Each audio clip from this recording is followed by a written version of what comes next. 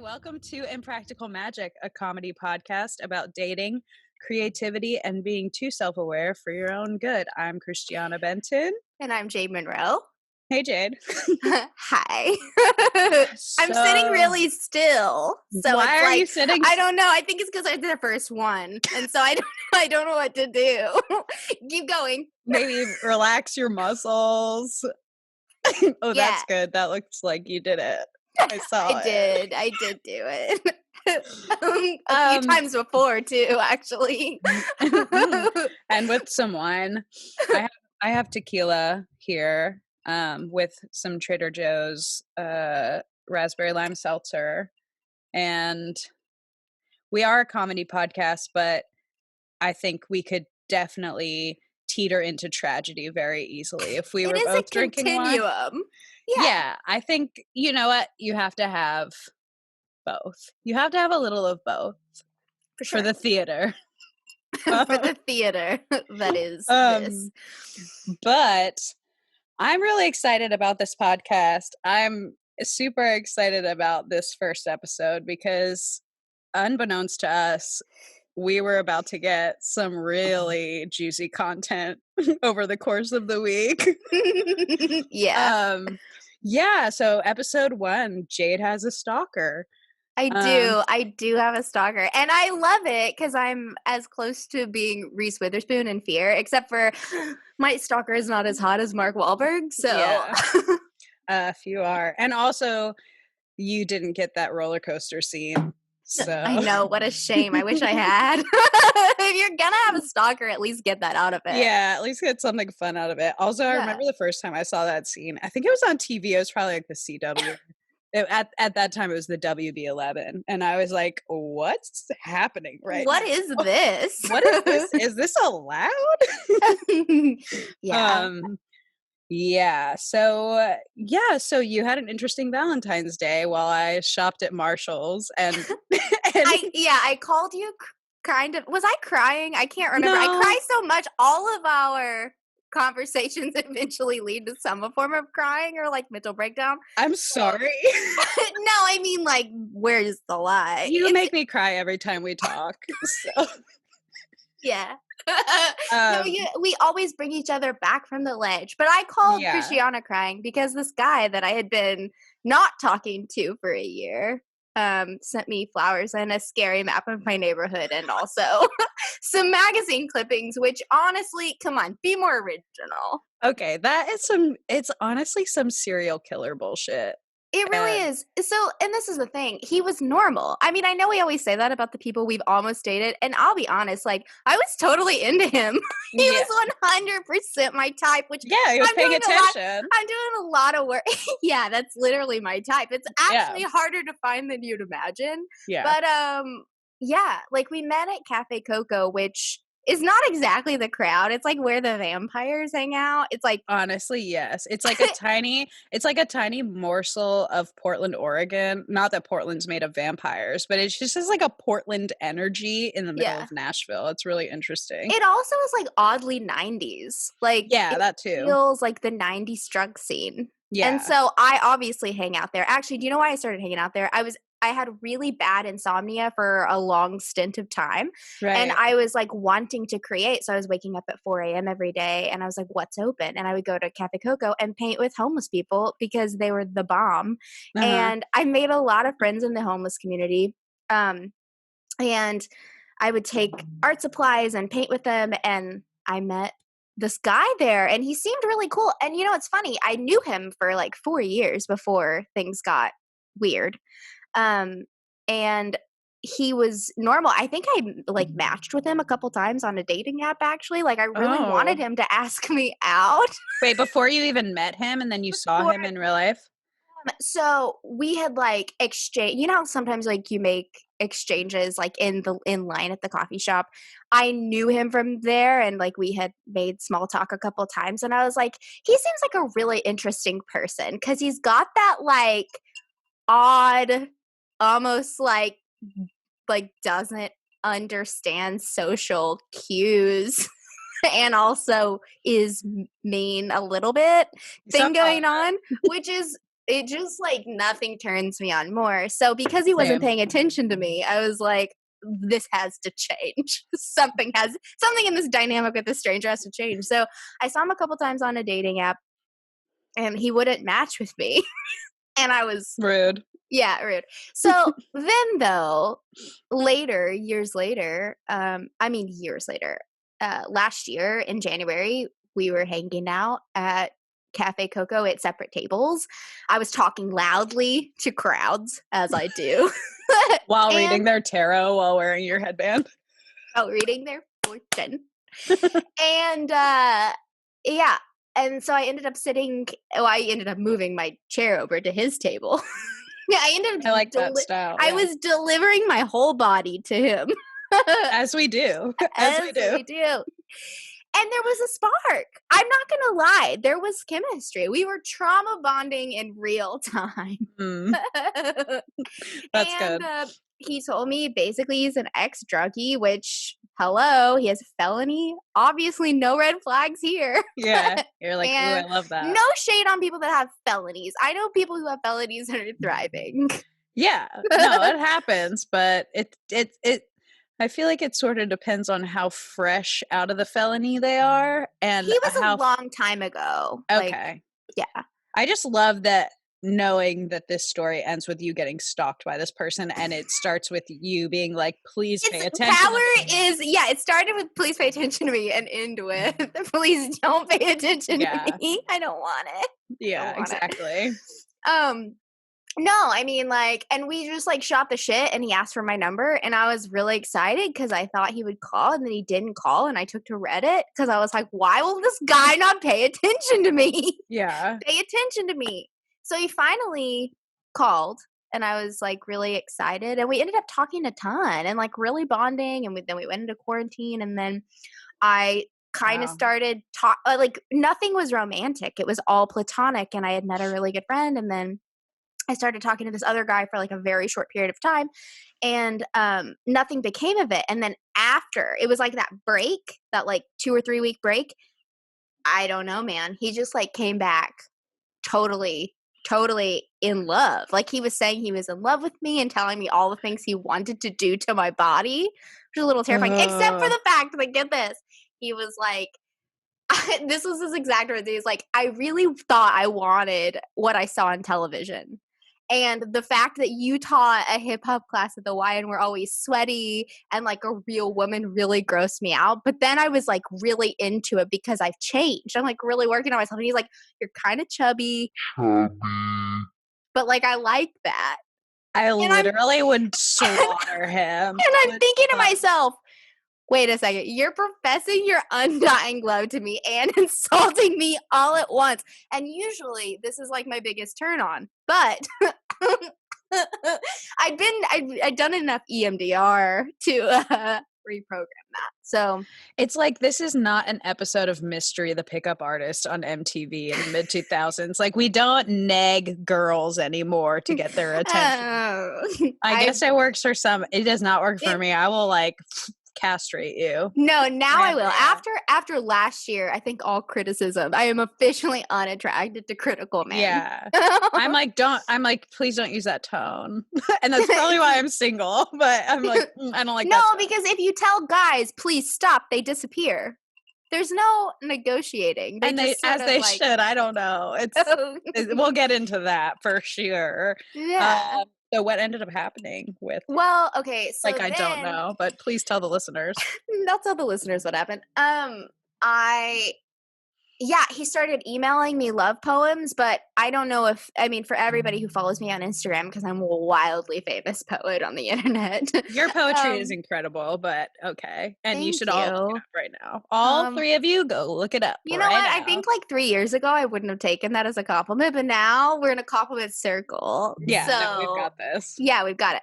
My poetry is good. I pour a lot into it, and I'm really proud of it. But I will say, this is what is so hard. And I have to be honest here, is I've always written authentically. I've always written about things that have happened in my life and my primary pillar is to be honest. But then when somebody is reading poetry you've written about someone else and writing you love poems based on what you've written to other people, there's a level of discomfort that is it's next level. And So that's what he did? yeah, so he was reading poems that I had written on Instagram and my old blogs, like, for other people and sending me responses or posting responses on his Facebook as though I was writing them to him and living in this level of delusion that, like, let's be honest, like, 2020 was a level of delusion for all of us, but this was different. And so I said to him, "This is inappropriate, please stop." Wrote a very clear, blunt email. I mean, blunt by my terms. I'm like Pollyanna. Like, I can't be blunt. I want you think you're blunt, but you're so soft. And so it's like one of those things where you have this great I'm balance of being tough. honest. No, you're like honest, but I assertive. know. No, I know. Every And I'm time like, I'm blunt, I'm like, I'm sorry. Did I say that mean? And then somebody in my life is like, you literally just said words. Like, it you was, hugged the person. yeah, you were like, you apologized 25 times. It's fine. Cradled them in your bosom as you were scolding them. Also, side note, I just realized that because I'm using your Zoom, that every time I talk, it says that I'm you. I know. So, I've made you, my child. I know. I am a simulation of your own design. We actually talk about this all the time. It's kind of like a stranger than fiction situation because, well, Christiana and I have known each other for a long time, but we actually, I mean, I guess we always probably knew we were a little bit alike, but it wasn't until much later that we realized we're pretty much like exactly alike while being like, nothing alike. We're like weird fraternal twins. Yeah. We're like I feel like I'm the bass to your treble in some ways. Does that make sense? Is that romantic? I want to cry. I think I'm in love with you now. Trigger warning. But yeah, like I think in a lot of ways, like trigger warning because we both have OCD and we're going to do a podcast about what that means and how miserable it is and probably how miserable it is to date us if we're being honest. But that's the one thing we have in common. We'll get to that. But yeah, we'll do a whole episode on our OCD. It'll be a joy. A joy. But I think it will spread awareness. And like, I think people don't understand how bad it actually is. And it sucks ass. We can interview my ex-boyfriend. I have no healthy contact with my exes. Actually, I just reached out to apologize. I'm sorry. You know who you are. The rest of you, fuck off. I'm not sorry. We all have one good ex. That's what I'm going to call him throughout this whole thing is the good ex. The good ex. But anyway, yeah. So yeah, essentially, like, he then began writing me poetry based on my own poetry, and I was ignoring it. Yeah, I kept saying no. Like, I kept saying, please don't contact me. Please don't contact me. Finally ignoring him, and he, like, called me on Thanksgiving and left me a message, and I ignored him. Hey, guys, it's Christiana. While we were editing this podcast, we realized that we kind of left some pertinent information out, which is that this guy would show up to places where he knew Jade would be and do things like come inside and ask for a hug while she was having a job interview or wait outside in the parking lot and show up in the window of her car, just like horror movie stuff, even after being told to stop multiple times. So just keep that rolling around in the back of your mind while you listen to the rest of this. And he tried to contact me on Facebook a couple weeks ago, and I ignored him. Oh, he did? I didn't know about that. Yeah, so he has like a weird Facebook name. It's like some like, I don't know. It's like an Islam cover name, and I don't like. It's meaningful to him, but he doesn't actually practice the faith, so I'm not entirely sure what it's about or like why it's meaningful. I don't actually think it's connected or representative. I want to make that disclaimer because I don't want people to like think that I'm making some sort of statement I'm not making. But what I'm saying is, like, for whatever reason, he's chosen this. And when it happened, I do this thing. When I say when it happened, on Valentine's Day or the Friday prior, I received a bouquet of roses in the mail. And I thought, they didn't come with a card. And I thought, that's weird. Like, maybe they're from my stepmom. So I was like reaching out to people, trying to figure out who they were from. And like, no one had sent me flowers. And I was like, that's weird. And Christiana goes, maybe it's your stalker. And I was like, I doubt it. Like, this is a very expensive bouquet. That's what they do. Yeah, I was like, this is so expensive, and, like, he, My like, favorite. is working minimum wage, and, like, I doubt that he would spend this type of money to, like, send me this, and I was like, "It's gotta be from family. They just forgot to put, you know, a name and a number on the card." And so then Right. I went to the mailbox, looking for my tax return, and instead I found 2 strange, like, old photographs of airplanes, of all things, and, a duct taped pack of note cards that said things on them like, "You're my obsession, you're my fantasy." Like, Oh what my was the last god. one? It was like, "I would rather turn to ash than walk away from your flame." And I was freaked out. I knew exactly who it was from. And here's the thing, it didn't have a return address on it. It didn't have a post stamp or like a postmark on it. Did it It have a just had stamp? the note cards did not, but then the 2 cards had my address and a stamp on them. And you have to understand, this man has never been to my house. He has no So reason to know. scary. I wanna be honest, he knows Murfreesboro. Murfreesboro is small. I live off of the square, which I feel comfortable Don't telling. tell okay, I was gonna say, don't tell people on the Don't tell podcast. people now. Whatever, like, my life's already in danger evidently, but, like, um, the so I live off of the square, and then in the pack, there's, like, a map drawn. But you Like, didn't even realize that it was a no, map. I didn't. I was like, "What is this weird boxes and lines?" And then I was, like, looking at it, and I was like, "This is a map of our street." Like, he figured out where I lived based on the square, and our house is hard to find. Like, it's not like, I posted enough photos online, and we have colored doors, like, we've painted all the doors, so it's Stop easy to telling spot, people. but easy to spot, but hard to I'm find, if that editing makes this sense. out. Okay. But no, like, it was wild, and then I didn't know what to do, so I called you, and I was like, under responding, over responding all the time, under responding when it's appropriate. Yeah. I'm, like, walking around, you call me, and you're, like, panicking, and I'm like, "What?" And so we're talking about it, and I'm just, like, on my AirPods walking around looking like I'm talking to myself, mumbling about how, like, you have to get a restraining order, and, like, there are Did people you know in. they don't actually work? Apparently, they're, like, the last notch in the, not to give it Yeah. away, but Well, I'm glad the cops ended up showing up because you left that part out, like, the cops came, and they were, like, took it seriously, thank God, because we were afraid that they wouldn't. 'cause I didn't. Yeah, because you were like, "Well, he's just trying to be nice," you know? And Yeah. we're all like, all of your friends are like, "He could kill you." Like, he might the next step might be death. Yeah. Here's the thing, I just here and I'm getting heavy because 'cause I've had the wine. I can't speak for you, but, like, I have a huge personality, so everybody always pegs me for being overdramatic because I probably am, or maybe everybody else is just under dramatic. True, okay, That could yeah. be it, right? Yeah. That could be it, right? Yes, as you wear But that hat.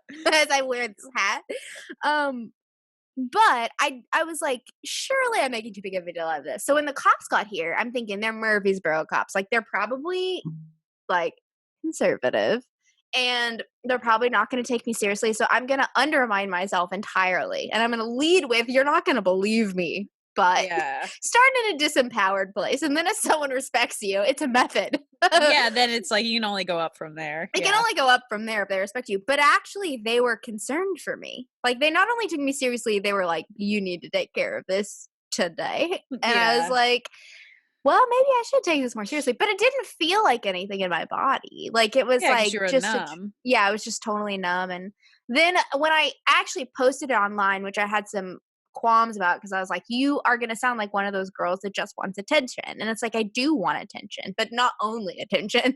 Yeah. um, so I put it out there, and people were actually, like, very concerned. And then as people were concerned, I was like, "Huh, maybe I should be concerned." Yeah. So that's kind of where I've been, is like a moderately low level, a slow burn concern. But at least they, like, called him and left him a message to tell him to leave you alone Yeah. and not leave, like, weird cutouts of magazines in your mailbox and, like, yeah. which stop. is great. Basically, they were like, stop. And it's weird because I think one of the cops was like, if you contact her again, you're going to be arrested. But I don't actually think that that is correct. Like, I don't think that I could be making that up in retrospect because it's like kind of pieced out in my mind. But maybe he was just intimidating him. I'm not really sure. But I like if they don't violate something, I don't know if they can arrest someone. Well, just in case he's listening, I'm gonna go with they absolutely can fucking arrest you, And if not, and my friends we'll will come for arrest you. you. Like if I not, we're said, gonna terrorize you online. yeah, I will throw down it on LiveJournal and your whole miserable shtick. He has wood panel walls. And also, I didn't mention the 60 chickens that he ordered You when the need to mention, pandemic started. yeah. Okay, let me characterize this man for you. He's really weird, which is my type, okay? Like, I love weird men. And I am a little drunk, but like, I love weird men that are into like weird shit, like sci-fi and things that I could never relate to. I'm like, bring it all to me. Okay. Bring to me all your conspiracy theories and your tinfoil hat shit. Yeah. I love it. So he's really weird, and I was like, this works. We have and he wears Levi's, which is it feels like Oklahoma to me. I don't know what that is. Okay. So I was like, okay, this works. And then when the pandemic started, we got into an argument because he ordered 60 chickens off of the internet. Wait, remind me was it 6? It was 60 baby chicks, right? Yeah, so he ordered 60 baby chickens because his whole idea was like, these are the chickens that are like, I guess they're bred to grow. Like they're like, their whole purpose is they live to die. Don't we all? But essentially like they're chickens you would raise to kill. And the idea was that like, he wanted to be humane, which I can respect. Like a lot of people get on this party train. Like they're like, okay, like, and no shade to those people. Like, but the reality of this man is that he lives in South Nashville with his grandma and in a wood panel wall room. And I have concerns about these chickens. And I'm like, this doesn't seem ethical because you just ordered 60 chicks off of the internet because you're worried about the global food supply. Because essentially the pandemic to him means tinfoil hat, like we're gonna run out of food and like I need to be able to care for myself, which I am not shading. Like I'm not, it's just in context, it's strange. Maybe I'm is this strange? Yeah. I mean, I could see. Is this a red flag? I could see ordering 4 chickens. Like 4 chickens to be like, we're going to have eggs if anything goes down. And like, we have 1 chicken to spare to a fox. But like, 60 chickens. It was many. And he actually sent me a picture. They were so cute, fluffy, and he's going to kill them. And here's the reality is like how I need to think through as someone who has the space in their personhood to kill chickens. How do you think that through? Like, what's your move? Like, before you hit that order button, are you thinking through the fact that are you going to like spin around your head like a helicopter? Like, I don't think that's how they do it. I don't know how you kill them. And I need more information. I think so. Chop their heads off, but I think the idea that you have to first raise 60 chickens is the part that I don't understand. Like he has to raise 60 chickens. Do you think he's going to give us a bad rating? If you're listening right now, I goddamn dare you. Give us a bad rating. Try us. But here's the thing also, if you're listening right now, I understand giving a bad rating because I love a petty clap back. Here's the thing. Hey, you're fine, no shame. You're not that weird. There's always hope. No, you're weird. Leave my friend alone. Also, I think that he will make our ratings skyrocket because of all the listens. Over and over. Analyzing for more information. Yeah. But I'm just glad that you survived it. I did. And maybe you're better for it. I don't know. I don't know. I do have the arrangement. I kept it because you have to. The police said I had to keep it. And I thought, well, maybe one of these gentlemen can take it home to the ladies because I'm sure they're screwing up their women's lives. And I was like, well, maybe I'll like offer over this grand gesture. But I actually kept them. They're dying. I'm just bad at plants. It's not personal. But yeah, they're pretty. Yeah, they are pretty. Yeah. You called them in our notes a dozen red flags. I did, but that's a meme, so Yeah, maybe I it's not know, as but funny, but it's one of my favorite memes, it actually. is because those are the red flags I never see. I'm gonna keep this story short, but the reason that when you told me about the flowers, or I saw your post on Facebook about the flowers and how they didn't have a card, I immediately was like, I know who did that. Was because I had a similar situation with somebody in Nashville as well when I lived there. Wasn't to the same extent. He doesn't have 60 chickens, but he and I That's a dated. type thing. That's you. That's on you. Sorry. Yeah, he was like, Not to make it about you, but yeah. But if he, you're gonna choose them right. Like choose them yeah, theatrical. yeah. But he and I dated for like 2 weeks before I moved, and he was like, uh, I was like, "Hey, I don't wanna have a boyfriend when I move to Philadelphia," like, and I'm not normally like this, but, like, I was feeling very zen, like, easy breezy, like, "I think you're cool." We had, like, worked on a music project together at one point, and then we had coffee that turned into dinner, and I was like, "I think you're cool. I'd love to just, like, hang out and enjoy the time we have together." It was also, like, a nice distraction from the fact that I was leaving people I'd known for, like, 7 years. It was sad. And so the thing that I didn't really bear in mind was that he had had a drug addiction that he was working his way out of. And like literally the overlap of him like ending that drug usage and meeting me was like boop. And so Mm, I just became that. And I yeah. didn't realize it because he was playing it so cool, which we'll talk about later. But I was just like, "Oh, everything's cool." And also I was under the impression still from like my upbringing um that women were the ones that get attached. Like men Yeah. don't get attached. So like if I'm cool, he's cool. Like if I'm chill about it, he's definitely chill about it. I was wrong. So after I moved, he actually ended up helping me move, and I thought it was really sweet that he was like, I'll drive up to Philly with you and fly back." I was like, "Okay, cool." And something happened on the drive where my like my my anxious or my like attachment like flipped into being avoidant like really quickly, where I Mm. was just like, I don't want to be around this person, and I just like I'm like starting a new life, and I feel like they're gonna like it was almost like empathically I recognized like where we stood and that I was on Mm. more of a pedestal than I'd realized maybe, and Mm. that I had his feelings in the palm of my hand, and it just like flipped me into like shutdown mode. Yeah. And it happened like on the drive, and we stayed at a hotel like one of the nights I remember, and I was just like, can we not touch? Like Can you go sleep in the janitor's closet? I was like, "Is it cool if we don't?" And he was like, "Yeah, that's cool. Yeah, it's cool." And he was respectful about it, but it was just like I could tell I was hurting his feelings and it was making me Yeah. feel worse. So anyways, it got weird when we got up here and we stayed at my parents for a couple nights. Also, Ooh. side note, which was fine because to me it wasn't going anywhere, so I don't care if you meet my parents. Yeah.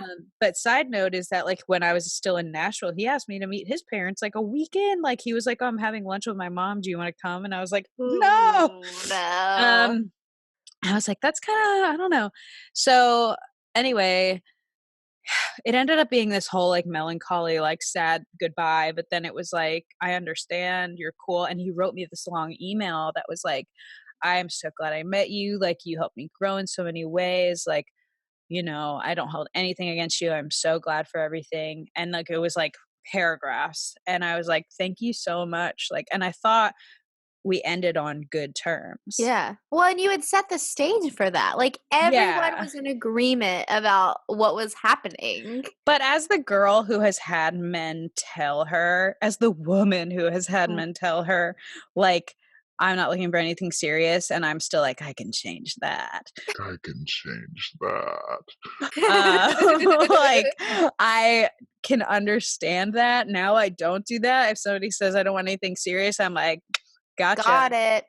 But like, what ended up happening was like in my absence, like he started to get a little delusional, and then As do I. yeah, well, I do that too, and I would call him to I be mean, like, about you. oh, okay, hey, no, I would call him to be like, hey, how's it going? What's up? Like, catch up, be friendly, and it would turn into this like, I want you to be my girlfriend thing, and I was like, no, we like talked about this, you know. So anyway, it's all fine. I'd get the occasional weird email, whatever. A full year goes by. Oh no, like 9 months goes by. Granted, like bear in mind we dated for 2 weeks. Mm-hmm. And I'm working, it's my birthday. And I get a flower delivery at my job.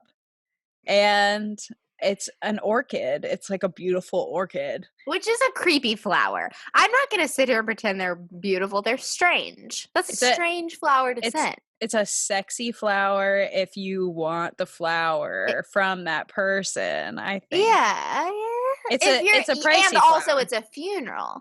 Like, if it's a sexy flower and you want the flower from that person and also your grandma died. Which honestly, like, if you are consistently dating one person, doesn't it feel a little bit like a funeral? Yes, 100%.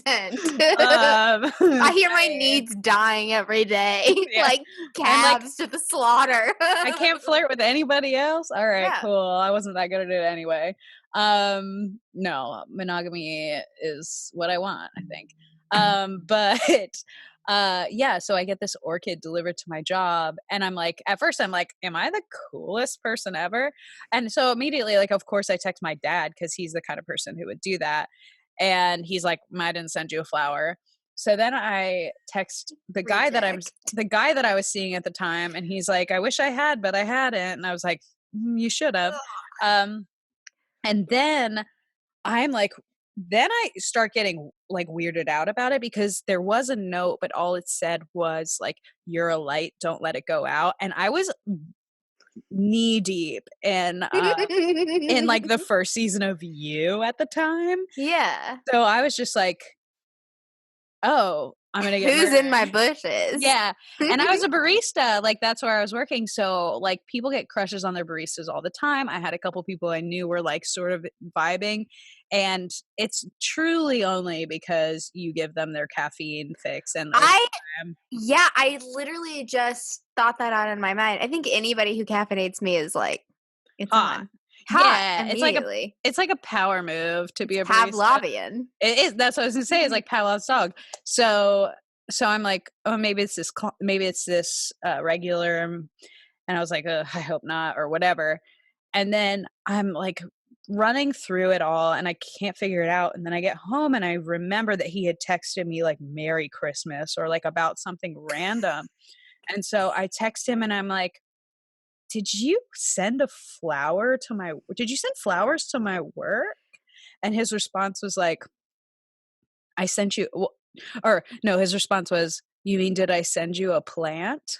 And I was like, don't gaslight me. Don't. It's a fucking orchid. It's like beyond a flower. It's one flower that's also considered a bouquet. Yeah, exactly.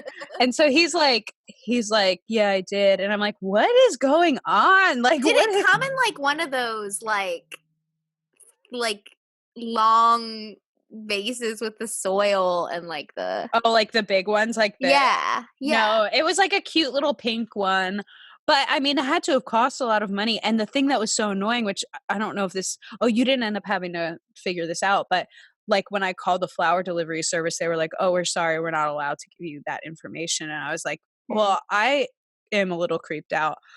So anyways, that was my number one thing that was the strangest thing that somebody's done to get my attention, and it was, like, an ongoing thing even after that. I ended up reaching out to his best friend, and I did get a couple weird emails, I think because he was going through, like, a real recovery process, but I had to just essentially, like, cut it off and not feed the flame at all anymore, which made me Mm. feel fucking awful because I Yeah. was still in the camp that you are, which is like, I understand what it's like to He's a feel. person. Well, here's the Yeah. reality too, like, OCD ruins your entire life. Yeah. And, like, you have ruminative thoughts about everything. You have ruminative thoughts about the people you're dating. They're not Yeah. always nice either. Sometimes it's, like, weird things you obsess about. So, like, when your brain literally feels out of control and you feel crazy, you empathize with crazy people more, I think. I'm speaking Yeah. for myself in No, this. 100%. Yeah. Like, it's such a weird dance because you want to have boundaries and balance, but, like, when you feel totally off kilter, you get what it is in other people's brains that would make them feel off kilter, Yeah. and how hard it is to control that sometimes, and Well, it kills me too, because, like, moving into the heavy, like, I think I was his only friend, and that, like, yeah. really, really, like, hurts.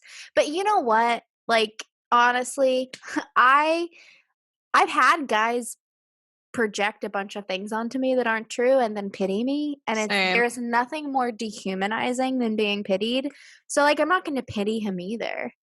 Like, he is a Yeah. full-grown man, and he is responsible for his mental health and his actions. It's also, like, at a certain extent, like, if you don't have friends, like, what kind Make of friend some. are you being? Like, Yeah. and that there is a certain level of self-responsibility that has to be taken for, like, finding the things that will cultivate your mental health in a way that will enable you to interact with other people in a Yeah, healthy it's good way that emotional hygiene. Also, the pattern, the app, The Pattern, I literally opened it. Sometimes it's actually like, oh, I could journal about this. The other day I opened it and it was like the things you seek in a partner, the things you're actually seeking in yourself. And it's like, right.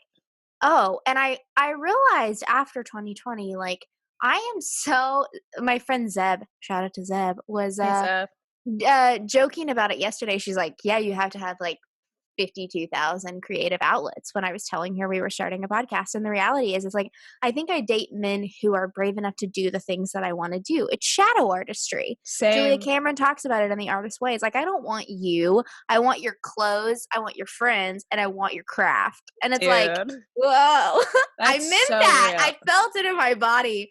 It's like, I don't really, like, you don't impress me. All the things you do impresses me because I don't feel like I'm capable to do them. So then if I go out and do them, would I still like you? I don't know. We'll see. Honestly, truer words were never spoken. Like, first of all, I'm trying to imagine a guy dressed like you, and that's really funny to me. Right now, Or I just actually have ever. dated several gay men. So I just want to be very clear about the fact that this hat is transcendent. For those Yeah. of you who are just audio listeners, can you describe my hat to me? Yeah, so Jade's wearing a sort of like it's almost like a fez with the top cut off, but like It's a toboggan, which I it's know a Northerners call a sled, right? But, like, that's not what a sled is. A toboggan is this. yeah, or a beanie, but it's like Yeah. it's like a very wide sweatband with like a whole entire like You could land a plane on this glisten. bejeweled brooch, almost like a large brooch on the front. So it's like a Mhm. fuchsia and then just like a big, almost coral gem. Like it's beautiful. I It looks look like great. a fortune teller. You do look like a fortune teller, but like it's cool and it fits the brand. The So brand. This is on brand. yeah, No, but we were talking about men and magic and how I honestly wonder if the world, if people who are in male dominated, especially male dominated creative industries, because that's where creativity is, like, your sexuality and your will and your yeah, essence and your magic and your spirituality, it's all these things. If women like yourself, which, I mean, the visual art world is very different, but, like, if women like yourself were not in male dominated industries, I wonder how impressive male musicians would actually be. And they're not that impressive they're in not. general, and actually that ties perfectly into the whole strangest things men have done to get our attention. I'm on a dating app. I'll, like, go on and off of it because, like, I'll get burnt out and then just be like, "Why am I doing this? I know how to talk to people." And then I'm like, "Oh, it's a pandemic."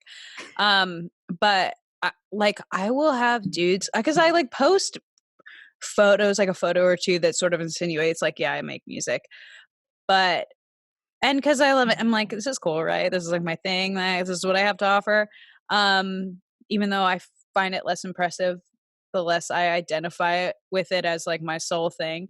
But I'll get guys who are like, "Oh, you make music? That's so cool. Me too," or "I want to," or whatever. "Do you want me to I'm gonna send you, like, something I'm working on." I'm like, "I have known you for 4 days, like, via an app. Like, I do I not guess wanna it's listen to your better than a demo." Richard pick, though. I mean, if they're gonna send something unsolicited, let it be a song. Let it be something from their heart than something like that. Honestly, I sometimes wonder if I'd rather it just be a dick pic, like. Because they're dicks either way. You might as well not be tricked. Well, Trick pic. a dick pic takes up 4 seconds of my time, It's an easy block. and a song takes up 4 minutes of my time. Soft boy energy. I I do didn't know love what a soft soft boy was until last year. I have reasons, but I won't go into them. and then you were like, "Oh, every guy I've ever dated." And then I was like, oh, I have a type, and it's men who destroy my self-esteem with their arrogance. Great, Yeah. cool, sign me up. My friend Blair used to joke about how I only date guys who wear Vans, and that's Yeah. basically a soft boy. You can kinda tell by their shoes. And their philosophy that always has a double standard and is Oh, like yeah. a contradiction. Yeah. Yeah, they're just, like, so deep. So deep. I could never touch the bottom. But, like, in a way where you're like, "I don't really think we're talking about anything. I don't think, yeah. You know, John Mayer does that at all. We should get him on the podcast. I'm so hot for John Mayer." Me too. I know. It's like, you're avoidant. You'll treat me like trash. Yes. Like, Yeah. bring it all to me. Everything about his sense of humor is everything that I love. I know. It's awful. And again, it ties back into, like, oh, you do. Like, I think it's so true. Like, I know that I have, like, sort of an androgynous style, but I think so much of that, I mean, I do Me own it too. and I like it. I like the way I dress. Yeah, right. You do kind of dress androgynously. I dress different every day. You do, but, like, most of the time it's leopard print. I know. I do like a lot of prints. Yeah, if you're dressing like a boy, the boy is Harry Styles. It's not like. Yeah. It's true. Which I'm here for, and I love Harry Styles. Also, Yeah. let's get him on the podcast. Let's get him on the pod. But yeah, I mean, I think so much of, like, looking back, my style and my interactions were like, and even sometimes, to be honest, my relationship with the music has to do with, like, wanting to, like, emulate this sense of power that I saw in these guys growing up. So when I moved to Philly, I shortly, not too long after, got signed to a small indie label and started putting out songs with them. And the last one that I put out was one I really loved called Arches. And the day after it comes out, you have to do a bunch of, like, online promo, etc. And it was so bananas because, and it made me feel so good, but also so annoyed. The day it came out, for whatever reason, every guy came out of the woodwork. Like, Of everyone course. who had ever scorned me came out of the woodwork. And Poetry is not like that because it's more like Alanis Morissette. Like, I have long armpit hair and I like free bleed everywhere. That's how men think of me. They don't want to touch me inappropriately. Anyway. I don't think so. But I also like that that's how you think. Well, that's what you think a feminist is until you, like, recently realize that you were. Yeah, I feel like as women, we are chronically taking more accountability than is ours. Like, I over apologize for everything. And so, but with I feel like I was going to talk about, like, the music thing.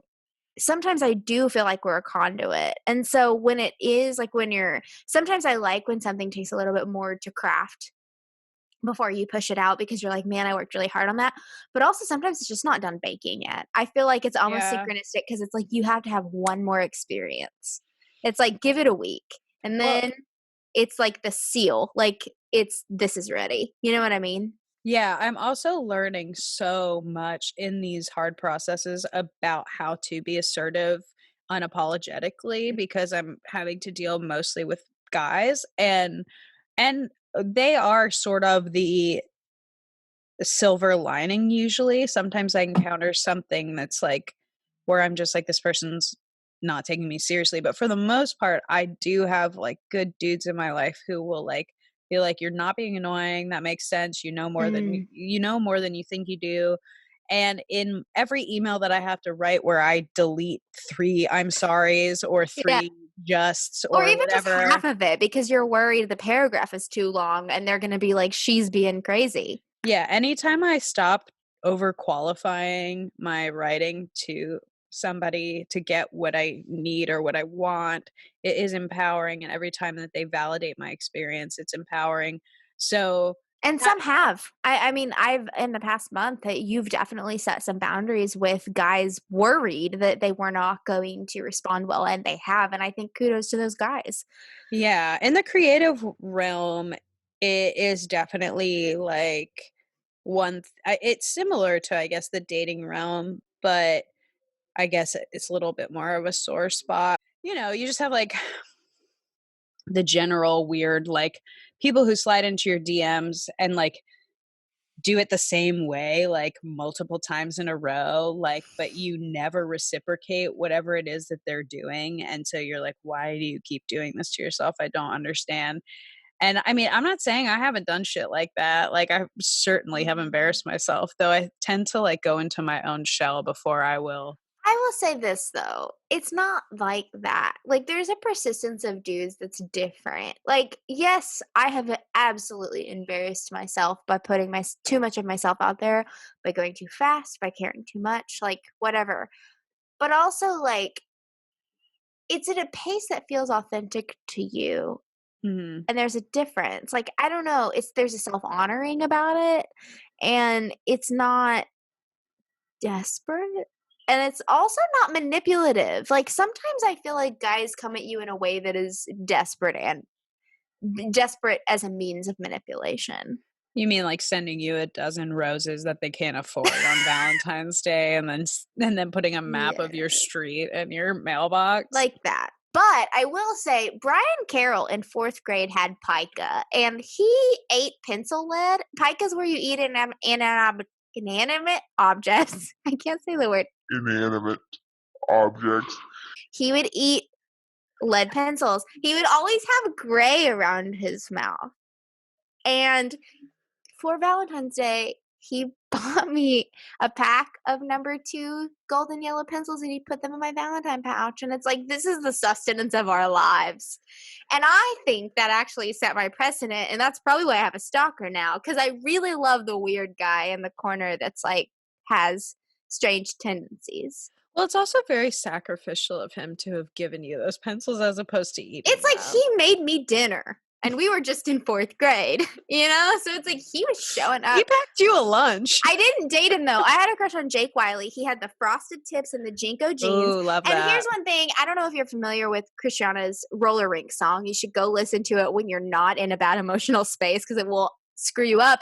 But one of the Oops. things we bonded on was that we both had the same roller rink experience because we were both chubby kids and we were both really bullied by other girls. And also, Jake Wiley was the love of my life. He listened to Limp Bizkit and he wore like Jinko jeans with the chain and like the big dog t-shirts and like the jerseys. Like he kind of had like a little bit of thug. Like now he's a mechanic and he really is a mechanic. I'm not saying that to be funny.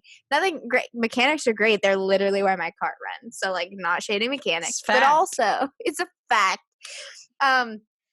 We were at the roller rink one night and you had Brian Carroll vying for my heart and then you had Jake Wiley and he asked me to couple skate. My crush of 4 years asked me to couple skate. I'm in 4th grade. Chills. And then we're in the middle of it and he goes, fuck off. You don't want to skate with me.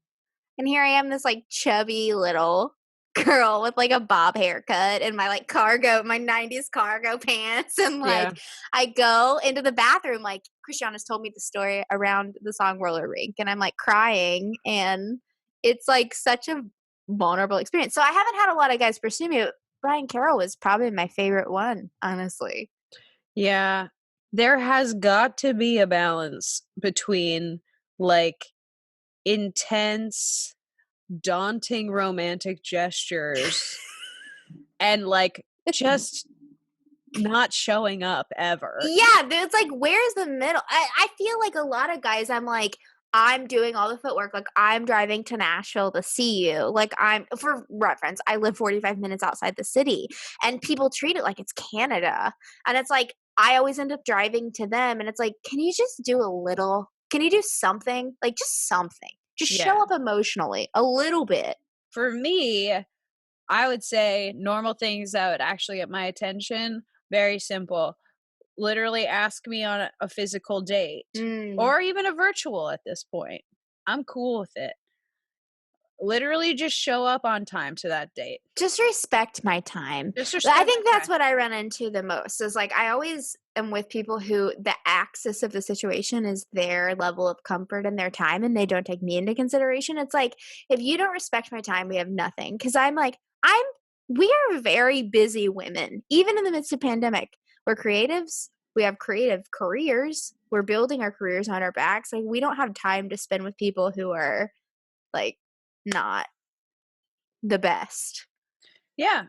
Yeah, I have a lot of watching reruns of The Hills to do. I have a lot of, but you know what? Rewatching Justin Bobby, Truth and Time Tell All, that is more worth my time than some guy that doesn't respect it. I've honestly learned a lot from watching The Hills, frankly. No, I actually have too. It's like, we'll have a whole episode about that. Yeah, as we should. It's just like so good. And how Whitney Port is the only sane person on that entire show. She is. So show up on time. Don't be on your phone during it. And these are all like, and it's like, why is this not just normal? Well, that's what I was about to say, is like, you'd be tempted to think that these are just like normal acts of human decency, but like, apparently it's really, really hard. And apparently when you like gently, again, I always think I'm being mean, but I'm like coming in real soft, like, hey, you know, it kind of like hurts my feelings when you are on your phone while we're eating and I haven't seen you in a couple weeks. What? Oh, you make me feel like a bad guy. Whoa. What? Whoa. Dude, your feelings are so big. I'm gonna have to disappear for like 3 weeks to process. Yeah, exactly. Or my favorite, I need some space. And the ellipse take it goes on. Take it, man. That being said, if you cancel plans on me as I am walking out the door, ooh, do you if know I have put on been makeup on the way to Nashville, and you guys cancel plans on me. I cannot tell you how many times I have been on my way to go meet somebody and like literally was just like in granny mode leading up to it. It was just like, yeah, I'm just like in sweats, like kicking it at my house. And I just got my ass off the couch and like did my hair and makeup and put on high-waisted jeans, which make everybody miserable. And then like like turning the knob, and it's like that part in a horror movie where like the knob's turning, and I get a text. It's like, oh, hey, I'm so sorry, but something happened. It's the end of the world. You'll never hear from me again. And it's just like, oh, I cannot be more mad at you right now. And there's no way to respond in that moment that's not livid. And there's no way to respond. Because there's no way to be like either. Like, you can't, you put the other person in a really hard position, because it's like, what do you want me to say? Like, I have to mask my disappointment for your comfort is what I feel like. And it's already so hard to just like get people to make plans. Like, like men especially, like to just get them to like put it on the books and the end. And now it's like, if they have a hard time with that, I'm just like, I'm not doing the work. I can't do the work. Sorry. Yeah, but I will say this. This is my only caveat is they're not caveat, but like the thing I go back and forth on in my brain a lot is like I've had that happen to me. And as I'm learning about attachment styles and having OCD, I think the empathy is always like the thing that hooks me because I'm like, did they just get scared? And like, if someone was scared and they were trying to communicate with me, like, hey, I'm not feeling comfortable at meeting, wouldn't I have compassion? And I historically always have, but also those are usually the guys that are taking advantage of my compassion. And so Yeah. it's sort of like this thing of like I have a trouble sometimes distinguishing when I'm being disrespected versus like when men are living and they're healing from trauma or they're healing from things and I make excuses. It's like where I don't know, we'll do a whole podcast on like where does grace turn into excuses, which I think. Yeah.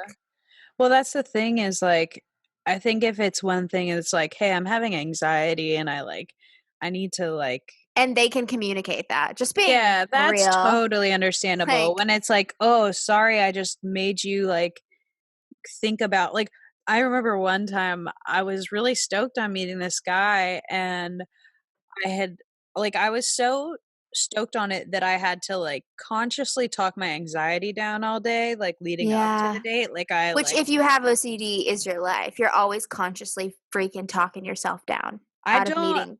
Like, yeah. it's very hard to meet people. It's so paralyzing. Well, I will date people that I'm not really that into, Yeah. like, and I'm learning this, but it's because they don't set off my anxiety because when I am interested or intimidated, that's when my brain starts spinning. So this Which is guy, hard because if you do like someone a lot and you are overly anxious, that can drive them away. So it's right. like But with a this no guy, win. I didn't know him. We were just gonna meet at a park and like go grab a beer. And I was like had kind of done the work to just sort of like make my nervous system level that day and like I looked really cute. I was like ready to go. I was like we were vibing, we were texting all day, literally like till like 20 minutes beforehand and he texted me like as I was about to leave and was Mm. like, "Hey, sorry, this thing just came up with work and I have to take care of it." And he was on call all the time. He's like some kind of software engineer or something.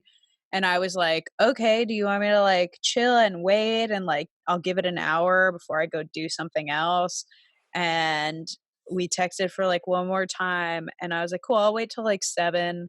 If I don't hear from you, I'll probably go do something else," just cuz I was like Mm. dressed and I didn't want him to like text me at 10:30 and be like, "What's up?" And then I never heard from him again. He never Ugh. like he just And did here's the thing, if we're gonna validate our childhood experiences and the power of a moment, why are we not validating the fact that, like, your inner little girl wilted? You just do. We never want to admit that we do, but, like, in those moments, that really soft part of ourselves is like, "I'm crushed." And, I like, you wasn't can't. yeah. No, I have been crushed, but I sorry, I didn't mean to cut you off, but like No, no. I have been crushed before, but I think I've been crushed enough times. It's gonna sound really depressing, like, you know where I'm going with this. It's like, I've been crushed Mm. enough times that now I don't even wilt. I just go like, Oh, I expected it. I "Yeah, haven't been it's shocking." weird. I think that because I don't date regularly, like, I'm not adept in this world, I haven't been I haven't been crushed enough, and so it's always shocking. I feel a little Yeah. regressed in my dating life, though, like, in that whole realm, and I think some of it is the church and some of it's just my nature of, like, I'm very skittish, and so it's one of those things where it's like, I cannot believe this person did this to me, and the reality is it's just the norm, and so you have to catch up to this whole cultural thing of, like, you're also relaying the story, and they're like, "Yeah, that's But it's not the something way it wrong is." with you. Like, Yeah. you're coming at it from, like, a base decency perspective. I am the same way where I'm like, "I can't believe this person did it, but I can because I've seen it enough Yeah. times." That doesn't mean that I think, like, that was okay. It's still fucked up.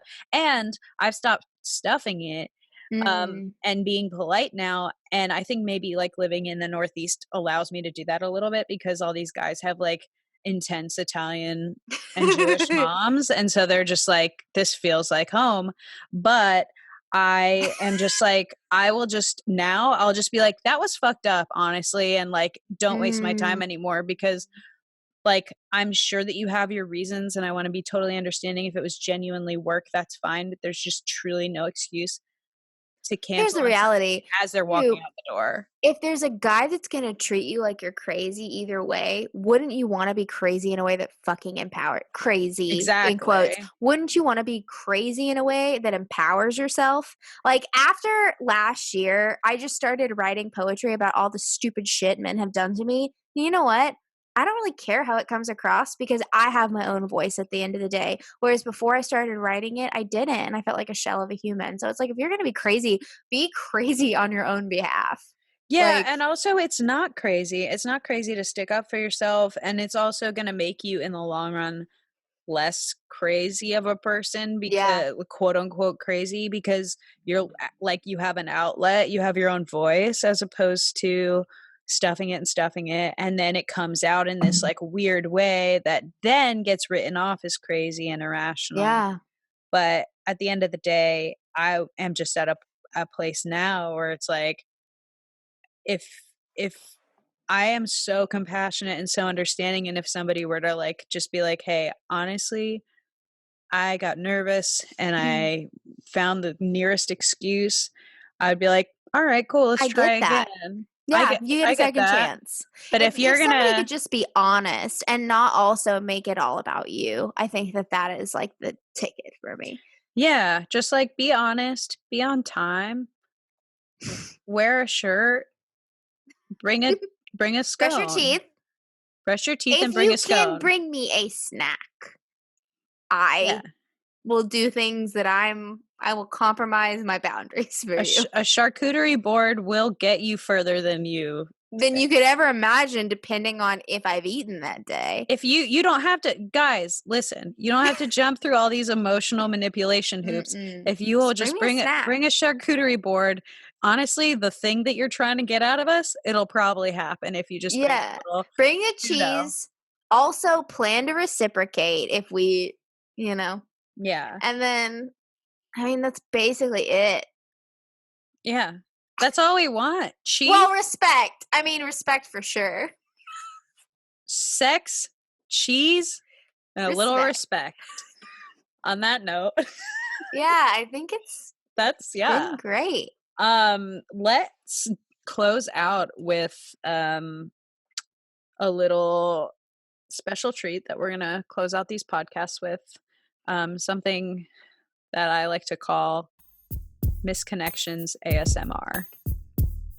You haven't heard this yet, which is exciting. I know. Yeah, this is the thing. She's saving it for me too. I kind of like the idea of you never knowing what I'm gonna read. This is what romance is. She's setting a template.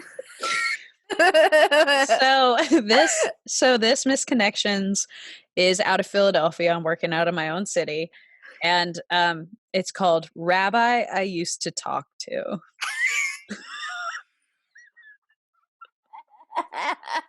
So I hope oh no, do I have like a Pete Holmes laugh? Are people gonna be like, you're fine. no, I'm People done. love him. Yeah, I know, I love Pete. If you are listening at nighttime, I hope that this helps you drift right off to sleep. If you're listening in the morning, consider it a guided meditation. If you're listening in the afternoon delight. All right. Rabbi I used to talk to.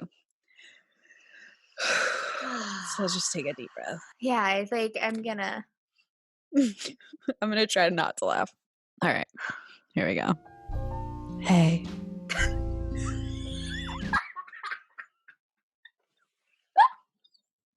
I might have to mute you. I do. So, I miss you. I didn't catch feelings, but I caught lust.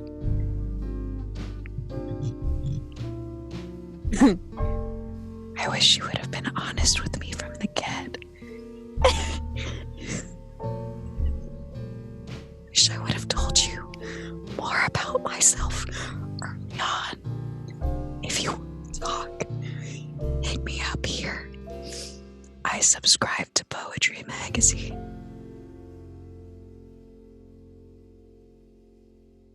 Yeah, do you have anything else you want to say before we sign off? No, do the jingle. Okay, here it comes.